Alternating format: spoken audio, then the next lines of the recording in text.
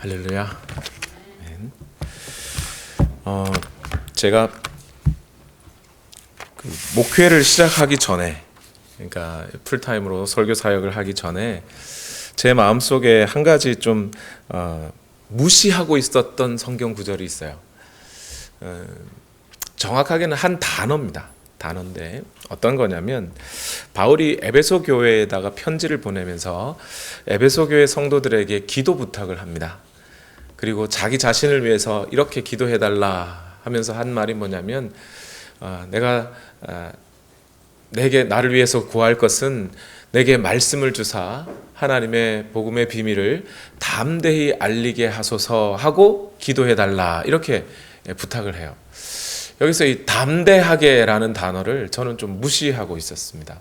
바울의 시대에는 복음을 전하다 보면 박해도 받고, 그래서 목숨도 바쳐야 되는 경우가 있고, 그러니까 복음 전할 때 담대하게 전해야 되겠지만, 지금은 뭐 미국이나 한국이나 복음 전하는데 그것 때문에 박해를 받는 일은 뭐 그렇게 많지 않을 테니 멋지게 한번 전하면 되겠지, 저는 그렇게만 생각을 하고 있었어요. 그러다가 목회를 시작하고 나자마자 곧장 저의 그런 자만한 교만한 마음이 무너지게 됐습니다.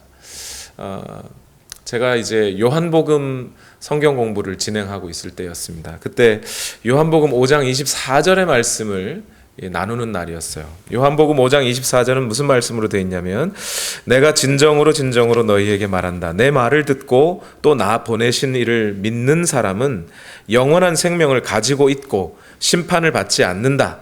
그는 죽음에서 생명으로 옮겨갔다. 이랬어요. 그러니까 이 말씀이 뭐겠습니까? 오늘 이 땅에서 우리가 예수 그리스도를 믿고 우리가 그리스도 안으로 들어와서 영생을 얻고, 또 그 영생을 얻은 자들은 마지막 날 최후의 심판에 서지 않고, 그죠? 그 징벌을 받지 않는다. 뭐 그런 뜻이잖아요. 그래서 그렇게 말씀을 전했더니 그 성경 공부 시간이 마치고 한 성도님이 저에게 찾아왔어요. 그래서 찾아와서 목사님은 최후의 심판이 없다고 생각하십니까? 이렇게 물으시는 거예요. 그래서 아니요, 그런 뜻이 아니고, 오늘 말씀은 최후의 심판이 있는데 오늘 그리스도 안에 들어온 자들, 예수 믿는 자들은 그 심판에 빠지지 않고 구원을 얻는다. 그것이 오늘 우리가 그리스도 안에 있는 사람들에게는 확정되어 있다. 그런 뜻입니다. 그랬더니 이분이 다시 재차 물으셔요. 목사님, 그러면 죄를 마음껏 지어도 되겠네요. 어차피 심판에 안 들어가는 게 확실하다면 죄 지어도 괜찮다는 얘기죠. 그러는 거예요. 그래서 아니요, 그런 뜻은 아닙니다. 정말 그리스도인이라면, 정말 십자가의 은혜를 입은 그런 사람들이라면 죄 지으라 그래도 못 짓습니다. 그렇게 설명을 드렸어요. 그랬더니 이분이 다시 한번 얘기해요. 사실 그 당시로서는 아주 유명한 큰 교회의 목사님 이야기를 하시면서, 그 목사님이 그러는데 예수 믿는 사람도 지옥 간답니다. 그리고 지옥 안 가려면 오늘 여기서 이 땅에서 선을 행하고 말씀에 따라 순종해야만 지옥에 안 떨어진답니다. 그렇게 가르치더라는 거예요. 그래서 제가 마음이 답답해지기 시작했어요. 혹시나 이 말씀을 듣는 큰 교회 목사님들이 혹시나 계시면, 뭐 잘 안 들으시겠지만 혹시나 계시면 제발 그렇게 좀 가르치지 좀 말았으면 좋겠어요. 그래서 제가 그분을 앉혀놓고 좀 앉아 보십시오 하고 처음부터 이제 다시 설명을 해드리려고 이렇게 했는데, 그분이 집에 얼른 가야 될 시간이라 그러셔서 그러면 다음 시간에 설명을 더 드리겠습니다 했어요. 그리고 그 다음 시간에 뭐 자세하게 쭉 설명을 드렸습니다. 그런데 그분이 결국 요한복음 그 성경 공부가 끝나기도 전에, 마쳐지기 전에 우리 교회를 나가셨어요. 이유가 뭐냐? 목사님 설교 못 듣겠다는 거예요. 목사님이 그러니까 그분의 말은 그렇게 하지 않았지만 억양에 따르면 뉘앙스의 내용은 목사님이 진리를 가르치는 것 같지 않다는 거죠. 제가 그러한 상황을 이렇게 겪고 나서야 비로소 알게 됐습니다. 담대하게 복음을 전하게 하소서. 왜 바울이 그토록 에베소 교회 성도들에게 내가 복음 전할 때 담대하게 전할 수 있게 해달라라고 이야기를 했는지 알 것 같았어요. 그것은 단순히 복음을 전할 때 박해를 받으면 죽을 수 있으니까 죽음을 각오하고 전할 수 있게 해달라라는 그런 뜻 이상입니다. 여러분, 사실 박해를 각오하고 복음을 전하러 가면 이미 담대해져 있는 경우들이 많아요. 하나님께서 이미 담대하게 하셨을 경우가 많습니다. 사도 바울도 그랬겠죠. 벌써 유대교의 핍박을 그렇게 많이 받고 그랬던 사람이 뭘 더 담대하게 해달라고 할 이유가 더 있겠어요? 그런데 이 담대해야 하는, 복음 전하는 자들이 담대하게 복음을 전해야 하는 이유가 있어요. 왜냐하면 이 복음은 하나님의 말씀이에요. 신의 말씀입니다. 영원한 창조주의 말씀이세요. 그 말씀을 죄스러운 인간이, 귀가 닫혀버리고 그 생각이 닫혀버린 인간이 들을 때요, 그 하나님의 말씀을 제대로 이해하고 듣겠습니까? 오해를 많이 하겠습니까? 오해를 많이 하겠죠. 특히 우리가 구원을 받되 하나님의 은혜로 구원을 받았다. 우리가 선을 행하거나 도를 닦았거나 뭐 그런 착한 일을 많이 해서 구원을 받는 게 아니라 우리는 다 제대로 한 것이 없고 여전히 죄 가운데 있는데 그런 죄인을 오직 하나님이 우리를 어여삐 봐주셔서 은혜를 부어주셔서 우리가 그렇게 구원을 얻게 되었다라는 이 말씀은 사실 사람들에게 전해지면 엄청나게 오해를 받게 됩니다. 여러분 한번 생각을 해보세요. 만약 복음 전하는 자들이 여러분 도를 7년 동안 10년 동안 열심히 도를 닦아야만 득도하게 됩니다. 수련해야 득도합니다. 아니면 기도를 막 몇십 년 동안 하루에 몇십 시간씩 그렇게 해야만 하나님이 능력을 주십니다. 아니면 착한 일을 열심히 잘 살아야만, 공로를 많이 쌓아야 하나님이 그 공로에 따라 구원을 주십니다. 뭐 이렇게 알려줬다면 박해받을 일이 있어요? 오해받을 일이 있어요? 당연한 거잖아요. 사람들 생각에 당연하지. 저 사람은 법 없이도 살 사람이야. 저런 착한 사람이니까 하나님 구원해 주시지. 다 그렇게 생각할 거예요. 지금도 그렇게 복음을 전하면, 이 복음이 그런 거라고 해서 알려주면 사람들이 다 좋아합니다. 오해받을 이유도 없고 박해받을 이유도 없어요. 그런데 우리가 도를 닦았거나 안 닦았거나, 우리가 착하게 살았거나 안 살았거나, 아니 오히려 우리는 더 죄인이고 더 많이 죄인인데 그런 죄인들에게 오셔서 하나님이 우리를 구원해 주셨다. 그냥 죄인을 하나님의 은혜로 특별히 행함은 있는 것이 아닌데 그냥 하나님께서 무료로 그들을 구원해 주셨다라고 하면 사람들이 뭐라고 생각합니까? 사람들 생각은 아니 그러면 쟤는 나보다 나쁜 놈인데 쟤는 구원받고 나는 구원 못 받아? 다 그런 얘기 할 거 아니에요. 그죠? 그러면 이제 지금부터 구원 받았다고 하면 지금부터 막 살아도 되겠네? 그런 얘기 할 거 아닙니까? 그래서 복음을 전하는 사람들은 항상 그렇게 오해를 받게 되어 있어요. 그것은 뭐 다른 하나님의 진리가 가짜라서가 아니라 사람들의 생각이 그 하나님의 진리에 이르지 못하기 때문에. 사도 바울도 그랬습니다. 사도 바울은 양쪽으로부터 공격을 받은 것 같아요. 율법주의자들로부터도 공격을 받고 율법 폐기론자들로부터도 또 공격을 받고 그랬던 것 같습니다. 이게 무슨 얘기냐? 로마서 3장 8절 말씀에 보면 이런 말씀이 있어요. 더욱이 좋은 일이 생기게 하기 위하여 악한 일을 하자 하고 말할 수 있겠습니까? 사실 어떤 사람들은 우리가 그런 말을 한다고 비방합니다. 그런 사람들은 심판을 받아야 마땅합니다. 무슨 말이죠? 바울이 실제로 그런 비방을 받았다는 거예요. 뭐라고요? 바울 저 사람 저거 죄를 조장하는 사람이야. 죄 더 지어도 돼 라고 말하는 사람이라는 거예요.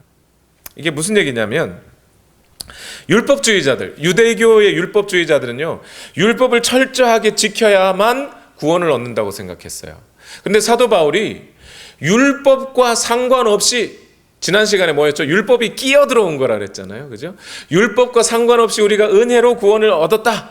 죄가 풍성한 곳에 은혜가 더 풍성하게 임했다. 이러니까 율법주의자들의 눈에는 바울이 뭘로 보여요? 쟤 봐라, 쟤 봐라. 에? 저 율법 안 지켜도 된다 그러네, 저거. 죄 지어도 된다는 거 아니야, 저거. 죄 지은 놈들도 구원받을 수 있다고 하니까 저러면 안 되지 않아? 라고 손가락질을 받았다는 거예요. 바울이 또 한편 오해도 어떤 쪽에 또 오해를 받았냐면 도덕률 폐기론자들, 그러니까 착하게 살 필요 없다라고 말하는 사람들, 그런 사람들로부터도 또 공격을 받았어요. 특히 고린도 교회에서 그랬는데요. 고린도 교회, 바울은 항상 예수 믿는 사람들이 그리스도인답게 살아야 한다는 얘기를 계속했습니다. 그러다 보니까 고린도 사람들이 보기에는, 아니 우리가 이미 구원받았다면서, 구원받았는데 뭘 또 착하게 살아, 뭘 또 그렇게 뭐 말씀을 따라 살고 그럴 필요가 있어. 그러니까 그냥 우리 편안되게 살게 하자고, 무슨 성경 공부를 뭐 할 필요가 있으며 우리 마음껏 먹고 즐기고 이 땅에서 사는 사람들 행복하게 살면 되지 하고 생각하는 고린도 교인들이 있었어요. 그래서 그 고린도 교회에다가 바울이 편지를 보내잖아요. 아니 내가 너희한테 복음을 전했는데 너희는 왕처럼 살고 있네? 마음껏 그냥 즐기고 싶은 대로 즐기고 사네? 그럼 나는 뭐냐? 나는 만물의 찌꺼기처럼 살아가는 나는 뭐냐 도대체? 니네가 지금 잘못 살고 있는 거야 라고 바울이 다그쳤단 말입니다. 그러니까 바울이 지금 이제 로마 교회에 편지를 보내잖아요. 근데 로마 교회의 사정을 바울이 직접 바울은 가보지는 않았지만 로마 교회가 어떤 교회인지 다른 사람들을 통해서 전해 들은 것이 있어요. 그 교회는, 로마 교회 안에는 유대교 출신의 율법주의자들도 있고 이방인 출신의 자유주의자들도 있는 거예요. 그러니까 바울이 복음을 전하면서, 야, 우리가 행함으로 구원을 받는 게 아니고 은혜로 구원을 받는 거야, 믿으면 받는 거야 라고 이렇게 알려주게 되면 그 로마 교회 안에 있던 율법주의자들은 바울이 저 봐라, 죄 지으라고 하네, 이렇게 말을 할 거고, 또 이쪽 자유주의자들 입장에서는, 아니 바울씨 우리가 구원을 받았는데 뭘 또 열심히 행합니까? 뭐 성경 공부를 더 합니까? 그냥 우리가 살고 싶은 대로 살면 되지 않겠습니까? 뭐 그런 질문을 또 받게 되는 거죠. 그래서 바울이 그 양쪽의 질문을 다 예상하고 이제 로마서 5장까지 복음의 진수를 설명한 다음 로마서 6장과 7장에 들어가면서 이 양쪽으로부터 올 오해와 질문을 그대로 예상하면서 이제 말씀을 쭉 다시 한번 펼쳐가기 시작하는 거예요. 그들의 반론을 다시 반론으로 논박하고 있는 거예요. 그 내용이 로마서 6장에서 7장까지 있습니다. 그런데 사도 바울은 늘 자기 자신이 하던 방식대로 앞으로 설명할 내용을 압축해서 한두 문장으로 딱 쓴 다음에, 선포한 다음에 그 한두 문장을 쭉 다시 구체적으로 설명하는 그런 방식을 취하고 있어요. 여러분, 우리 로마서 강의 시작할 때 로마서 1장 16절과 17절이 로마서 전체의 핵심과 같은 구절이라고 말씀드렸던 거 기억하시죠? 그 로마서 1장 16절과 17절 안에 로마서 전체가 풀어져 있는 거예요. 딱 압축되어 있는 거예요. 그런 것처럼 오늘 로마서 6장 1절과 2절 안에 로마서 6장에서 7장까지 전체의 내용이 압축되어 있습니다.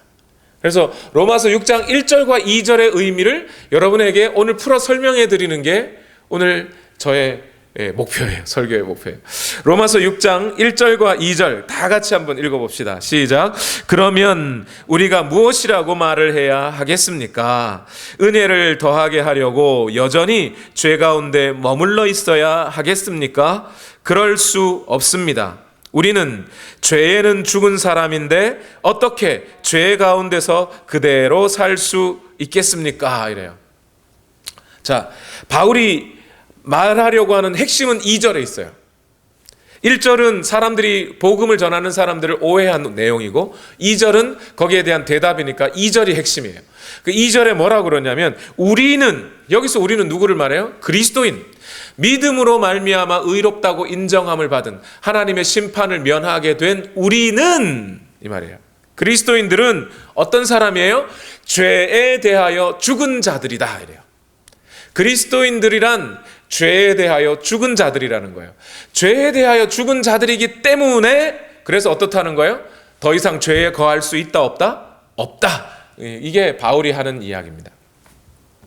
사실 이 로마서 6장과 특히 7장까지 해서 로마서 6장, 7장 안에 많은 신학적인 논쟁들이 있어요. 왜냐하면 6장에서 7장까지 이야기를 보면 이게 이렇다는 거야, 저렇다는 거야, 어떻게 된 거야 하면서 설명하는 얘기도 있고 명령하는 얘기도 있고 막 그래서 이게 헷갈리게 돼 있어요. 그런데 그래서 이제 마틴 로이드 존스라는 목사님이 계신데요. 그 목사님은 이 자기가 로마서 강해 책을 설교를 시작하기 전에 한 선배 목사님이 마틴 로이드 존스 목사님에게 와서 언제부터 로마서 강해를 시작할 거냐고 물어본 적이 있대요. 그래서 그때 이 마틴 로이드 존스가 대답하기를 뭐라 그랬냐면 내가 로마서 6장을 정확하게 이해하고 설명할 수 있을 때가 되면 내가 로마서 강해를 시작하겠다 이랬다는 거예요. 그만큼 로마서 6장을 제대로 분석하고 설명하고 밝혀내기가 아주 쉽지 않다는 얘기예요. 자, 그런데 저는 로마서 6장을 쭉 읽어보면서 제가 뭐 다 알았다, 통달했다 그런 뜻이 아니라 로마서 6장은 특히 로마서 6장에서 하려고 하는 1절, 2절의 이 핵심을 이해하는 데는 그렇게 신학적으로 많은 논쟁이나 해석이나 복잡한 논리적인 과정을 거쳐야 하는 것 같지가 않습니다. 진짜 하나님의 은혜를 받은 사람이라면 로마서 6장 1절 2절 이 말씀 자체를 금세 이해하게 돼 있어요.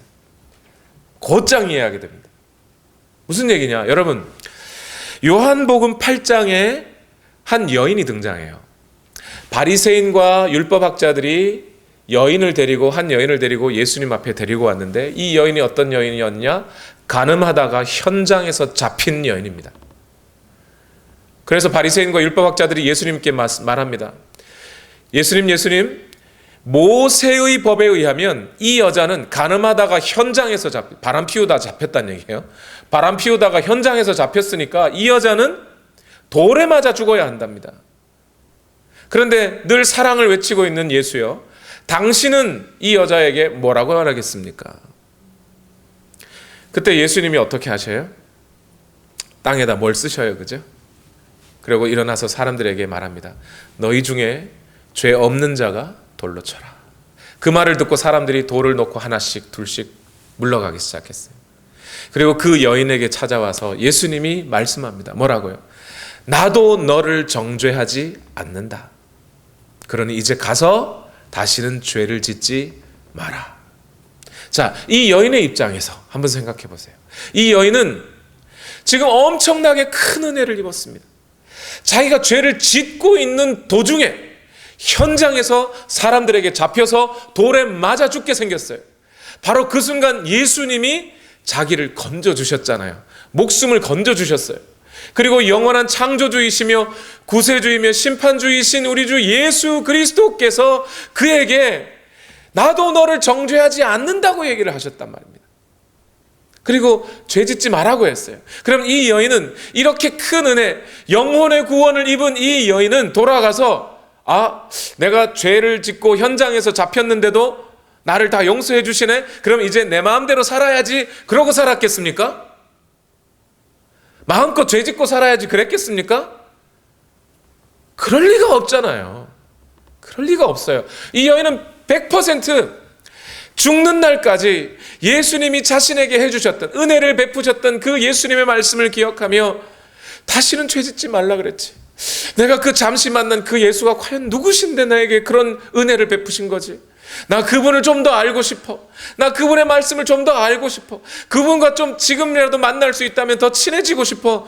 그분이 나에게 죄 짓지 말라고 했으니 난 이제 다시는 죄를 지을 수 없어. 나 죄 지으면 안 돼 하면서 때로 성적으로 어떤 유혹이 찾아오거나 다른 그 외의 금전적인 문제들이 찾아오거나 그래서 죄의 문제들이 자기에게 찾아올 때마다 자기는 그 죄에서 멀어지기 위해서 죄와 싸우고 또 싸우고 그랬지 않겠느냐 이 말이에요. 마음속에 미움이 찾아오고 다툼이 찾아오고 시기와 질투가 찾아올 때 이건 죄지 하면서 그것을 밀어내는 그런 일들을 그 마음으로부터 열심히 하지 않았겠느냐 이 말이에요. 그러니 여러분, 오늘 은혜 입은 자들은 말로만이 아니고 진짜 하나님의 은혜를 입어 구원을 함을 받은 하나님의 백성이라면 죄 지을 수 없는 사람이 돼요. 다시는 나 죄 못 지어. 제가 말하는 이 이야기는 죄 마음껏 죄를 지을 가능성이 없다 이런 얘기가 아닙니다. 죄 지을 수 있죠. 살다 보면 죄 지을 수 있죠. 그러나 목에 칼이 들어와도 너 죄 지을래 죽을래? 나 차라리 죽고 말지. 나 죄는 안 지어. 하는 죄와 싸우고자 하는 그런 마음들이 계속 그 마음 안에서 떠나지 않는 사람일 거다 이 말입니다. 그런 점에서 저는 율법주의자들과 또는 도덕률 폐기론자들과 그들이 하나님의 은혜를 모르는 사람 같아요. 왜 그러냐면 여러분, 율법주의자들은 이렇게 복음을 전하는 사람들을 향하여 니네는 왜 죄를 조장하냐, 죄를 더 짓게 만드느냐 이렇게 말하기도 해요. 니네는 왜 심판에서 면했다 그래가지고 왜 사람들로 하여금 죄 짓게 만드냐 이렇게 할 때가 있습니다. 복음을 전하는 사람들도 죄 짓지 말라고 외쳐요, 여러분. 그런데 율법주의자들과 다른 건 뭐냐면 이유가 달라요. 율법주의자들은 죄를 짓지 말아야 구원을 얻는다고 알려주는 거예요. 착하게 살아야, 선하게 살아야 하나님이 이뻐 봐주신다. 이게 율법주의자들의 생각이에요. 그러나 복음은 그렇게 말하지 않아요. 우리가 구원을 받았으니까, 은혜를 입었으니까 죄 지을 수 없다. 이게 복음이에요. 또 반대로 도덕률 폐기론자들, 한국에 가면 저기 구원파라는 이단이 있습니다. 구원파. 그 구원파라는 이단이 교회 다니는 사람들한테 찾아와서 그렇게 끌고 가요. 당신들 구원 받았습니까? 거듭났습니까? 그러면 당신들 죄는 다 용서받았지요? 과거, 현재, 미래의 모든 죄가 다 용서받았다는 걸 믿습니까? 예, 믿습니다. 그러면 이제 마음껏 죄 지어도 되겠네요? 교회 안 가도 되죠? 주일 예배 안 드려도 되죠? 헌금 안 해도 되죠? 그러니 그 교회 가지 마시고 우리가 믿는 우리 쪽으로 오십시오. 우리 안에 자유가 있습니다. 이렇게 하면서 사람들 데려간다는 거예요. 맞아요? 이 사람들 정말 은혜 받은 사람들 맞아요? 아니라고요. 정말 하나님의 은혜 받은 사람들은 내가 하나님을 예배하지 않고는 견딜 수 없어요. 정말 하나님의 은혜 받은 사람들은 하나님의 말씀을 알고 싶고 성경 한 자라도 더 알고 싶고 하나님과 더 친하고 싶고 죄는 지을 수가 없고 그러고 살아가는 거예요. 그게 은혜 받은 자들이거든요. 오늘 로마서 6장 1절 2절 말씀이 바로 그 말씀이에요, 여러분. 죄에 대하여 죽은 우리가 어찌 그 가운데 그대로 살 수 있겠습니까? 그래서 저는 이 말씀을 바탕으로 어제 말씀을 계속 준비하면서 계속 기도했어요. 뭐라고? 우리 성도님들 하나님의 말씀을 바로 알고 주의 복음의 진리를 정확하게 마음에 가져서 오늘 살아가는 동안 죄를 멀리하고 하나님을 더 깊이 알고 주의 말씀 앞에 더 가까이 거할 수 있는 그 마음으로 가득 채워진 성도들 되게 해주십시오. 행여나 지금까지 마음껏 죄를 짓고 살아도 괜찮다고 생각한 사람들이 있다면 오늘 이 말씀을 들을 때에 설교를 통해서 자신의 선택이 결코 잘못된 것이었다는 것을 알고 죄로부터 떠나려고 하는 그 마음과 목표가 생기게 해주십시오. 또 행여나 우리 교회 성도들 가운데 죄를 짓지 않고 살아가려고 하는 그 외로운 투쟁, 외로운 싸움을 해가고 있는 성도들이 있었다면 오늘 말씀을 들으면서 힘을 얻게 해주십시오. 자신이 죄와 싸우려고 하는 그 마음이 결코 잘못되고 허황된 것이 아니라는 거 분명히 알게 해주십시오. 그렇게 기도하면서 준비했어요. 그런 여러분 마음속에 이런 은혜가 있기를 예수님 이름으로 축원합니다. 여기서 끝나면 좋은데 설교가, 그렇죠? 조금 더 가겠습니다. 조금 더 가는 게 왜 그러냐면 사도 바울은 오늘 로마서 6장 1절 2절에서 이렇게 했다라고 끝나지 않고 그 다음에 좀 더 구체적으로 우리가 왜 그러면 죄를 더 지을 수 없는가를 구체적으로 세 가지로 나눠서 설명하고 있어요. 이거 얼른 설명드릴게요. 여러분, 첫 번째는 뭐냐면 우리가 죄를 지을 수 없는 더 분명하고 구체적인 이유가, 첫 번째는 우리가 예수 그리스도와 연합된 자이기 때문에 죄를 지을 수 없는 거예요. 우리는 그리스도 안으로 침례를 받았고 그래서 그리스도와 함께 살고 있는 자이기 때문에 우리는 더 죄에 거할 수 없게 된다는 겁니다. 로마서 6장 3절 말씀 다 같이 읽어봅시다. 시작. 침례를 받아 그리스도 예수와 하나가 된 우리는 모두 침례를 받을 때에 그와 함께 죽었다는 것을 여러분은 알지 못합니까? 이랬어요. 여기서 말하는 침례라는 거는 침례식을 말하는 게 아닙니다. 그렇다고 뭐 그럼 침례식이 아니면 세례식이냐? 아니, 세례식도 아니에요. 여러분, 씻을 세자, 씻어낸다라고 하는 의미를 가진 세례와 세례식은 오늘 로마서 6장 3절에서 말하고 있는 우리가 침례를 받을 때라고 하는 이 침례, 원어로는 밥티조라는 단어예요. 이 밥티조라는 단어의 의미를 세례는 못 담습니다. 담을 수가 없어요. 제가 무슨 꼭 침례교회 목사라서 이런 얘기를 하는 침례교회 목사라서 이런 얘기 하는 겁니다. 근데 무슨 얘기냐면 여기 밥티조라고 하는 이 헬라어 단어는 원래 뜻이 뭐냐면 죽다, 잠기다, 바닥에 깔리다 이런 뜻이에요. 이게 어떻게 씻을 세자 세례식이 되겠습니까? 침례는 원래 그런 의미가 아니에요. 침례는 제가 말씀드리는 것은 침례식이라고 하는 것, 그러니까 우리가 물에 잠겼다 일어나잖아요, 그죠? 이 침례식이라고 하는 것, 그 침례식을 받아야만 구원을 얻었다 이런 뜻은 아니에요. 그러나 이 침례식은 뭘 의미하냐면 우리가 그리스도 안으로 들어가게 된 것을 상징해주는 온몸으로 고백하는 온몸의 의식이란 말입니다. 여러분, 침례라는 게 뭐냐? 바울이 지금 설명하고 있는 방식이 뭐냐면 지금 바울이 얘기하는 건 바로 이 앞전에서 설명했던 로마서 5장의 아담 기독론을 지금 얘기하고 있는 거예요. 우리가 아담과 같은 죄를 짓지 않았더라도 아담이 인류의 대표자이니까 아담이 죄를 지을 때 우리도 함께 그 아담 아래서 죄인으로 규정되었듯이, 그죠? 비록 우리가 하나님 앞에 선하고 착하고 의롭고 율법을 지켜 행하는, 온전히 지켜 행하는 그런 의의가 없었더라도 그리스도께서 제2의 아담 대표자로 오셔서 그가 십자가에 달려 죽으시고 부활하심으로 말미암아 오늘 우리도 역시 그리스도 안에서 죽고 다시 살아난 자로서 하나님이 우리를 여겨주신다. 이게 로마서 5장의 아담 기독론이었잖아요. 그래서 지금 바울이 하는 얘기는 뭐냐면 우리가 침례를 받을 때, 즉 성령의 침례를 받을 때, 성령으로 거듭날 때에 이 말이에요. 믿음으로 말미암아 의롭다고 인정함을 받을 때에, 침례 받을 때에 같은 말입니다. 우리가 믿음으로 의롭다고 인정함을 받을 때 일어난 일은 뭐냐? 그리스도 안으로 들어가게 됐다는 거예요. 여기서 baptized into Christ 이런 말 써요. 우리는 아담에게 있던 자인데 그리스도 안으로 들어가 그리스도와 연합하여 그리스도의 죽으심이 나의 죽으심이요 그리스도의 부활이 나의 부활이 된 자들 아니냐 이 말이에요. 그것이 침례의 의미입니다. 이러한 침례의 의미를 가장 잘 보여주는 구절이 있는데 고린도전서 10장 1절과 2절 말씀이에요. 다 같이 우리 읽어봅시다. 고린도전서 10장 1절과 2절 다 같이 큰 소리를 읽을까요? 시작. 형제자매 여러분, 나는 여러분이 이 사실을 알기를 바랍니다. 우리 조상들은 모두 구름의 보호 아래에 있었고 바다 가운데를 지나갔습니다. 이렇게 그들은 모두 구름과 바다 속에서 침례를 받아 모세에게 속하게 되었습니다.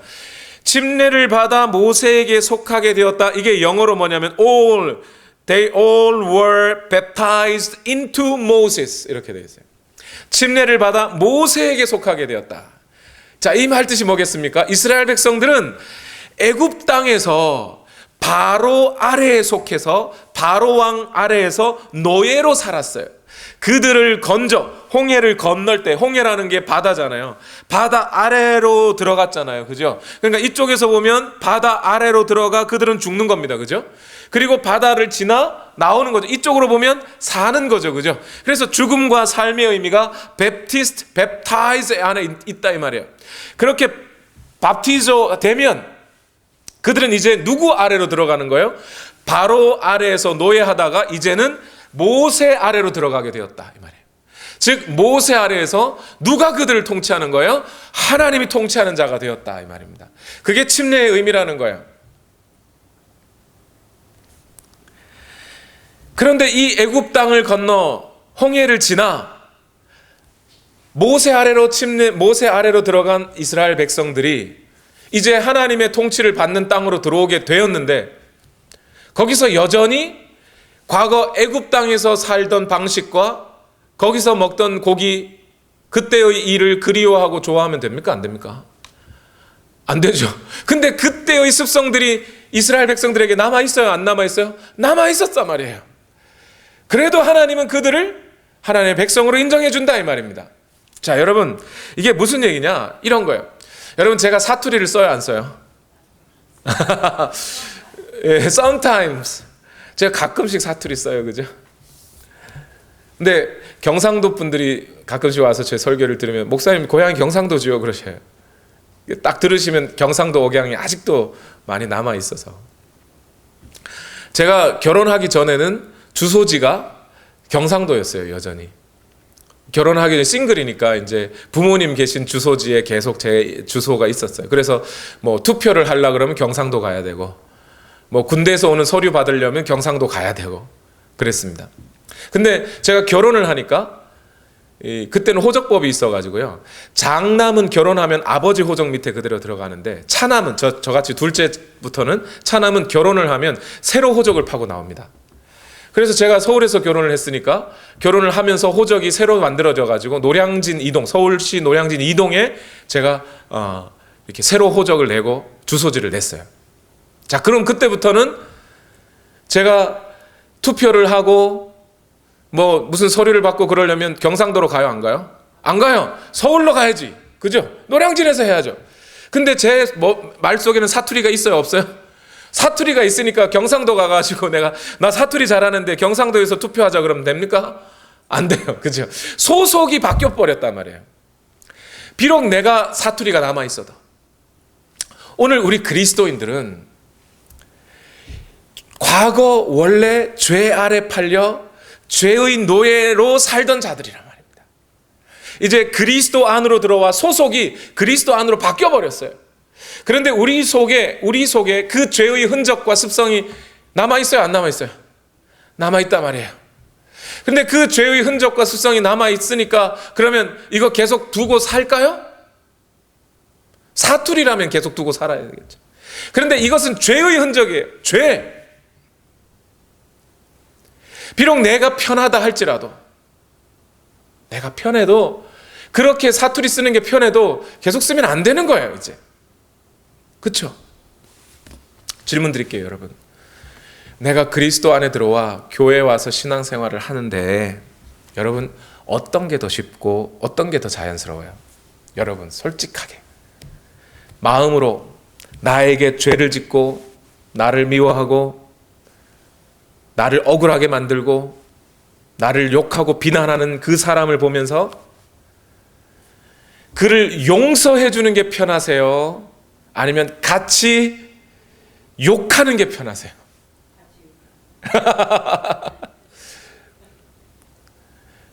하나님 말씀을 듣는 게 쉬우세요? 아니면 사람들하고 뒷담화하면서 욕하는 게 시간이 빨리 가세요? 이제 한 30분, 설교 들은 지 한 30분 지났는데 이건 1시간 지난 것 같은데, 사람들하고 욕하고 있으면 2시간, 3시간을 하고 나도 헤어지면서 우리 전화로 구체적인 얘기 하자고 뭐 그러면서 헤어지지 않습니까? 금세 시간 지나가요. 얼마나 재밌어요. 그것이 근데 그게 뭐예요? 죄의 습성이란 말입니다. 여전히 그거 가지고 있으면 안 돼요, 여러분. 이집트의 노예 아래에서, 이집트의 바로 아래에서 살던 그 노예 근성이에요, 그게. 그게 우리 안에 남아 있어가지고 그런 거예요. 자기에게 선을 행하지 않으면, 자기에게 득이 안 되면 욕하고 싸우고 미워하고 질투하고 시기하고 험한 말 다 해버리고, 그게 죄잖아요. 그러면 안 된단 말입니다. 오히려 힘들고 어려워도 용서하고 사랑하고 덮어주고 참아내고 그렇게 하라는 거예요. 그것이 오늘 바울이 이야기하는, 우리가 그리스도 안에 있기 때문에, 그리스도와 연합되었기 때문에 죄 지으면 안 된다는 거예요. 두 번째, 죄 지으면 안 되는 이유, 죄에 대하여 죽었기 때문이에요. 뭐라고요? 우리는 죄에 대하여 죽었기 때문에 죄를 더 지을 수 없다 이 말이에요. 로마서 6장 2절에 보니까 우리는 죄에는 죽은 사람인데 이러잖아요. 또 6절 우리의 옛사람이 그리스도와 함께 십자가에 달려 죽은 것은 8절 우리가 그리스도와 함께 죽었으면 11절에 이와 같이 여러분도 죄에 대하여는 죽은 사람이라는 것을 알아야 합니다 이래요. 죄에 대하여 죽었다는 거예요. 그러니까 죄에 대하여 죽었다라고 자꾸 말씀을 드리니까 사람들이 여기까지는 이해하셔요. 아 그래 그리스도 안에서 죽었지. 예수 그리스도께서 죽으실 때 나도 죽었어. 그 그리스도와의 연합을 생각하면서 침례교인들은 이것까지는 이해합니다. 그런데 제 말은 뭐냐면 그러면 죄에 대하여 죽었다는 이 말이 오늘 현실적으로 우리에게 무슨 의미냐 이 말이에요. 내가 죄에 대하여 죽었다는 이 말 뜻이 뭐냐 이 말이에요. 어떤 분들은 목사님 내가 나를 죽이려고 하는데 내가 잘 안 죽어요 이래요. 이 말씀 잘 하셔야 돼요. 여러분 뭐냐면 내가 나를 죽이는데 잘 안 된다. 그러면 안 죽었다는 얘기잖아요. 안 죽었다는 얘기는 구원받지 못했다는 얘기예요. 그리스도인은 십자가에 달려 내가 죽음으로써 그리스도인의 삶이 시작하는 거예요. 아직 나를 죽이는 그리고 성경에 나더러 나를 죽이라고 한 적 없어요. 내가 나를 죽이라는 게 아닙니다. 지금 사도 바울이 우리는 죄에 대하여 죽었다라고 할 때 이 죄에 대하여 죽었다는 말 뜻이 뭐냐면 여러분 로마서 5장 21절 바로 앞장 5장 21절에 이런 말이 있었어요. 죄가 죽음으로 사람을 지배하고 있었다 이 말이에요. 즉 우리가 아담 아래에 있을 때 아담 아래에서 죄와 죽음 아래 있을 때 그때 죄는 사람을 지배했다는 겁니다. 그런 우리를 건져 그리스도 안으로 넘겨주었어요. 그죠? 그러면 이 죄의 힘 죄의 세력은 남아있어요? 안 남아있어요? 남아있죠 아직. 그 죄의 힘들은 자꾸 우리를 덮치려고 한단 말입니다. 그리고 로마서 1장 18절에서 32절까지 우리가 1장에 로마서 1장 18절에서 32절 보면 거기에 우리가 그리스도 안으로 들어오기 전에 우리의 마음이 어땠다고요? 더러운 정욕 가운데 내어버려 두사. 그죠? 그 더러움에 하나님이 내어버려 두사 이런 구절이 있었어요. 그죠? 즉 우리는 그리스도 안으로 들어오기 전에 죄의 지배 아래에 있었어요. 그래서 그 죄가 우리를 통제하고 있었습니다. 그리스도 안에 들어오기 전에 그 상태의 인간은 죄가 뭔지도 모르고 자기가 이렇게 하는 그런 것이 죄가 뭔지도 몰라요. 뿐만 아니라 죄가 뭔지도 모르기 때문에 죄에 대하여 저항하여 싸울 생각도 없어요. 죄에 대하여 저항하여 싸울 생각도 없기 때문에 항상 죄에 지고 죄의 통제 아래에 그냥 그렇게 놓여 살았던 거예요. 진짜 죄인은 꼭 살인자가 죄인이 아니라 지가 죄인인지 모르는 게 죄인인 거예요. 지가 그런데 이 죄인을 그리스도 안으로 데리고 오니까 이 사람은 이 그리스도 안에서 율법의 의미를 바로 알기 시작하는 겁니다. 아, 죄가 이런 것이 죄였구나. 그리고 이 죄를 없이 하시기 위해서 그리스도가 이렇게 돌아가 주셨구나. 내가 이런 은혜를 받았구나 하고 죄가 무엇인지 알게 돼요. 이게 살아난 자예요. 그 사람은 이제 드디어 죄와 싸우게 되는 겁니다. 즉 죄에 대하여 죽었다라는 말은 이제 죄의 통제, 죄의 지배, 죄가 나를 왕노릇하는 그 통제가 끊어졌다는 얘기예요.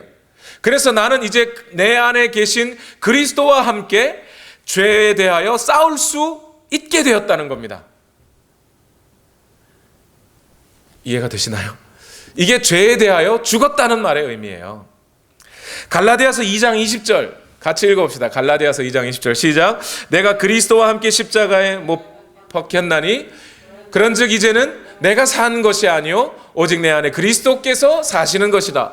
이제 내가 육체 가운데 사는 것은 나를 사랑하사 나를 위하여 자기 자신을 버리신 하나님의 아들을 믿는 믿음 안에서 사는 것이라. 이 갈라디아서 2장의 말씀의 문맥이 뭐냐면 바울이 베드로한테 당신 베드로 왜 자꾸 율법 섬기는 율법주의자들을 눈치 보면서 왜 이방인들하고 밥도 잘 안 먹고 그러시냐고 하면서 바울이 베드로를 막 다그쳐요. 그죠? 그 얘기를 하면서 바울이 우리는 과거에 죄 아래 죽어 있던 상태로는 율법을 아예 못 지켜.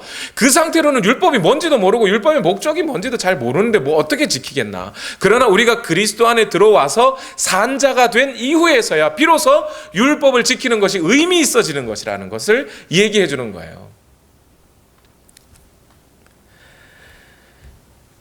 여러분, 이게 우리 안에 그리스도께서 살아계심으로 나는 죽고 그리스도로 산다라는 말이 이제 나는 죄에 대하여 그리스도와 함께 싸우게 되었다. 나는 죄는 더 이상 나를 다스릴 수 없다. 죄가 나를 더 이상 삼킬 수 없다. 그런 의미가 죄에 대하여 죽었다는 말이에요.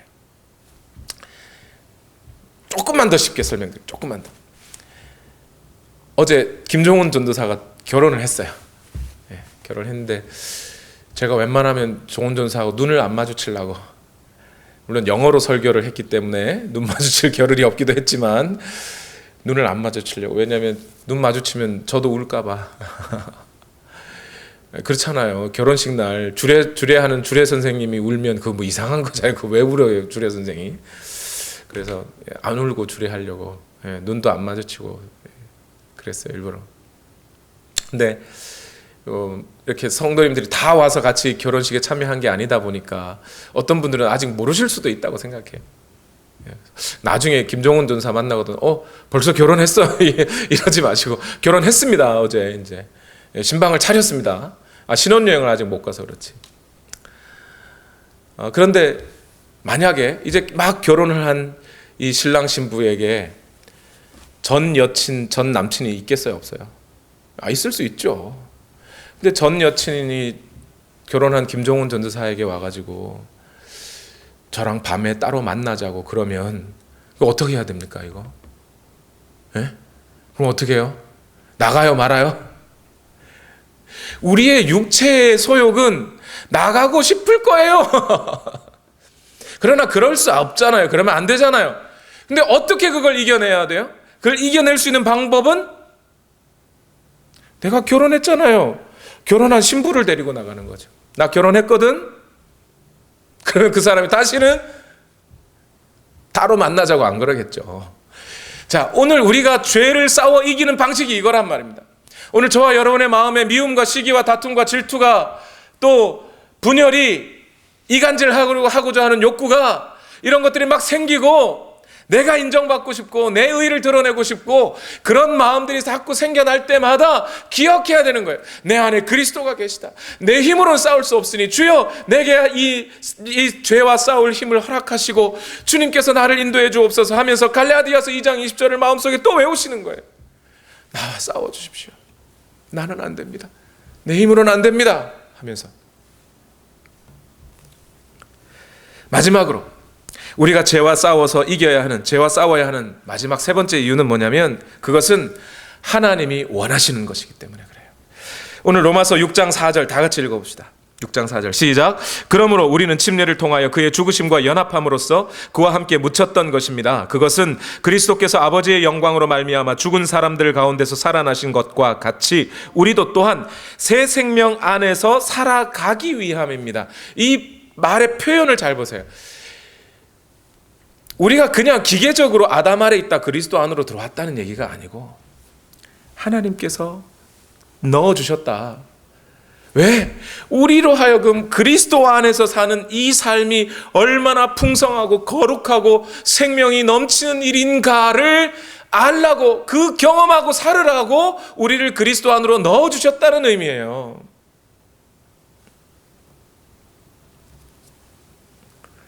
이 말씀 앞에 저는 마음이 숙연해지더라고요. 우리가 어떻게 그냥 그 죄 아래 살던 나를 우리가 뭐 잘난 거 하나도 없고 오히려 하나님 마음만 속썩이고 있던 그런 나를 어떻게 이 그리스도 안으로 넣어주셔서 과거의 모든 죄를 용서받게 하시고 미래의 모든 죄까지도 사함받게 하시고 또 그리스도 안에서 하나님의 자녀가 되어 하나님의 영광의 하나님의 그 은혜의 자리에 담대하게 나아가 하나님께 예배하고 기도할 수 있게 되고 하나님의 그 영광에 이를 소망을 품게 되었을까? 이 풍성한 은혜 어떻게 내게 얻어지게 됐을까? 나는 어떻게 이 그리스도 안에서 이 삶을 살 수 있게 되었을까? 그건 뭐 어디까지나 하나님께서 우리를 그 안에 넣어주셨다는 거예요. 사랑으로. 그리스도 안에 있는 이 새 생명의 삶이 얼마나 좋은 것인지 그렇게 누리고 살으라고 하나님이 우리를 그렇게 넣어주셨다는 거예요. 여러분, 저는 이런 의미에서 내적 치유 이런 거 잘 안 믿습니다.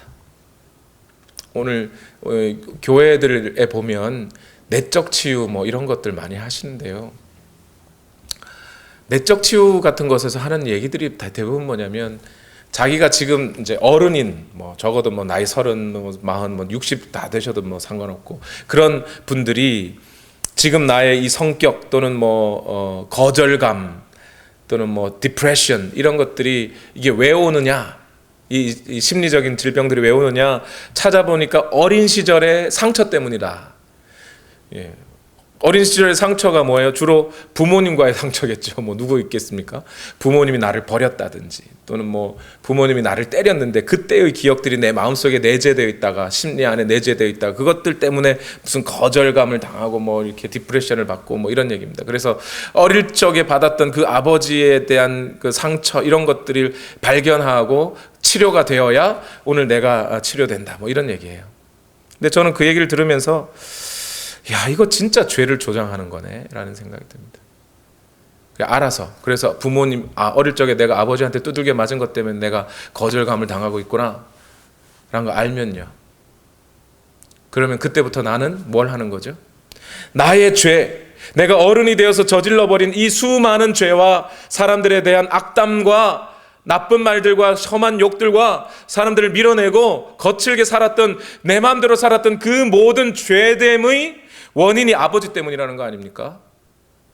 내 잘못이 아니고 아버지 핑계 다 대고 결국 이 사람은요, 그래서 내적 치유를 받은 이 세 사람들의 대부분이 그 치료를 받고 난 다음에 부모님과 갈라서요, 부모님과 원수되고 살더라고요. 아빠 내가 그때 나한테 왜 그랬어? 그러면서 아버지한테 다 쳐버려요. 아버지는 뭐 알고 그랬습니까?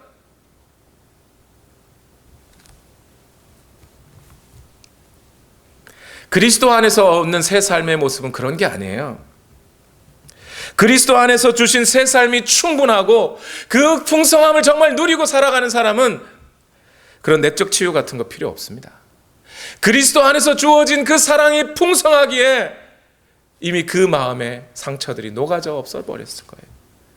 남아있더라도 하나님께서 치유하시고 저 영원한 하나님의 나라에서 그 눈물 닦아주십니다. 그 약속을 믿기 때문에요. 이 말씀만 드리고 마치죠. 그리스도 안에서 얻는 이 풍성한 새 삶을 사는 사람들은 이런 것 같아요. 한 목사님이 설교 중에 하셨던 말씀을 제가 듣게 되었는데, 그 목사님이 목회하는 교회에 박 집사님이라는 분이 있답니다. 교회를 늘 충성스럽게 섬기는 분이신데 심장마비로 갑자기 돌아가셨대요. 너무나 당황스러운 일이었죠.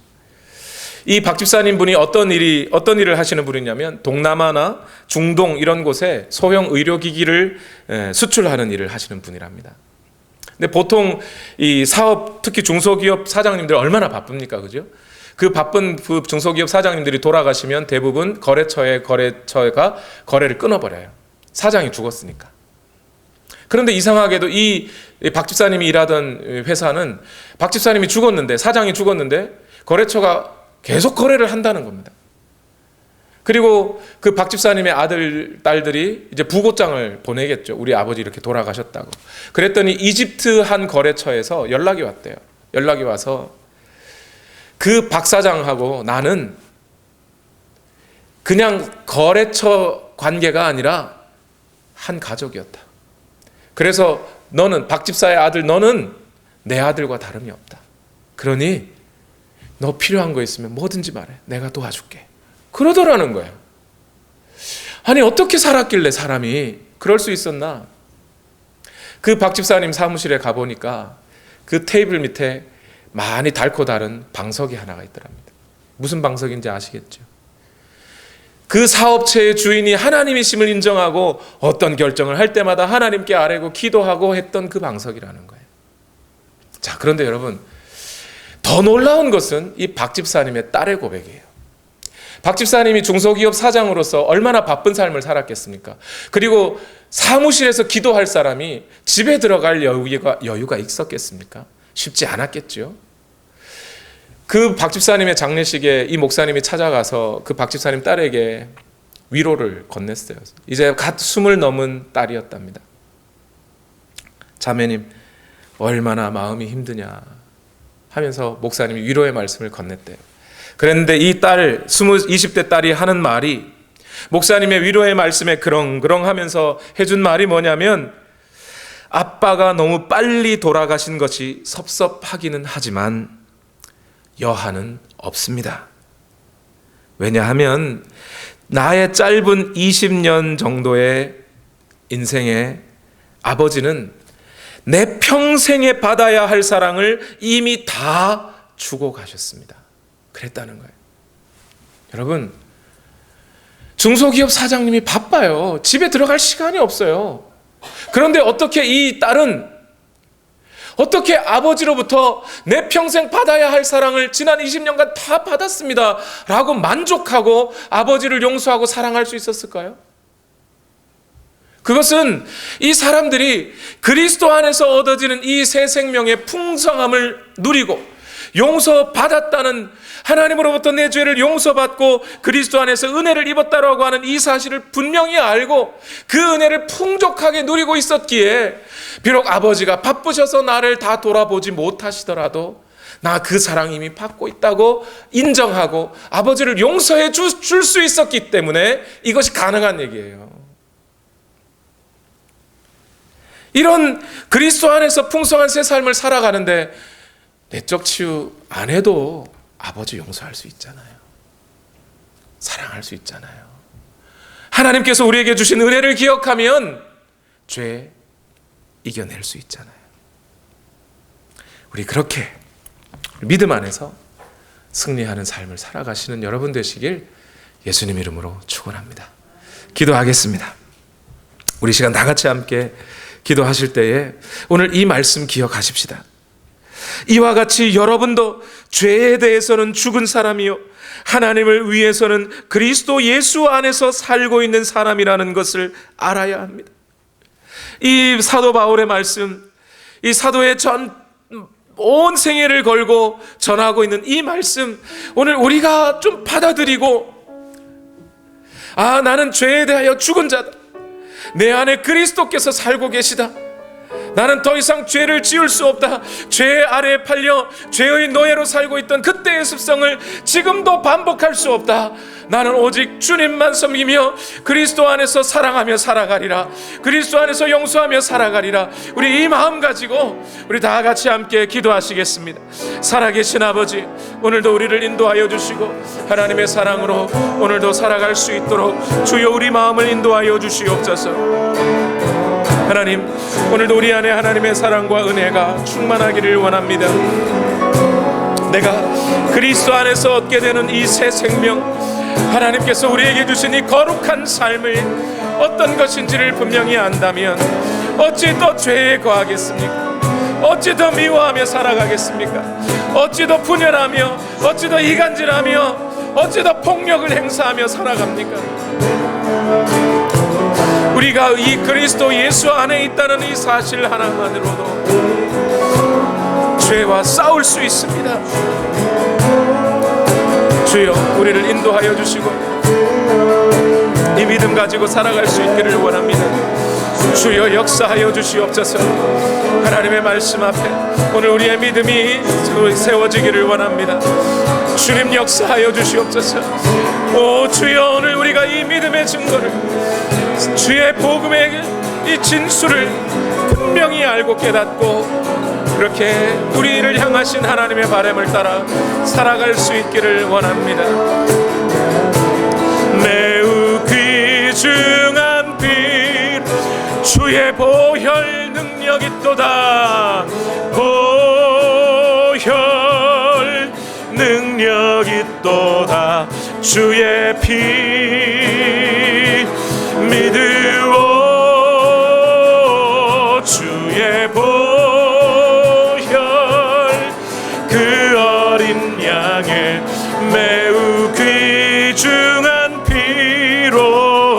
죄에서 자유를 얻게 함은 보혈의 능력 시험을 이기고 승리하니 참 놀라운 능력이로 육체의 정욕을 이길 힘은 보혈의 능력 주의 정결한 마음을 얻게 하니 참 놀라운 능력이로다. 아멘. 주의 보혈 능력 있도다. 주의 피 믿으오. 주의 보혈 그 어린 양의 매우 주의 보혈 능력 있도다. 주의 보혈 능력 있도다. 주의 피 믿으오.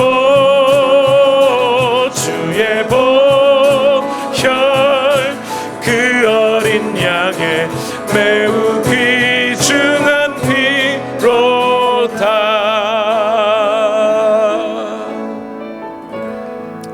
하나님, 죄 아래 팔려서 죄가 무엇인지도 모르고 그래서 늘 죄만 짓고 살아가던 우리가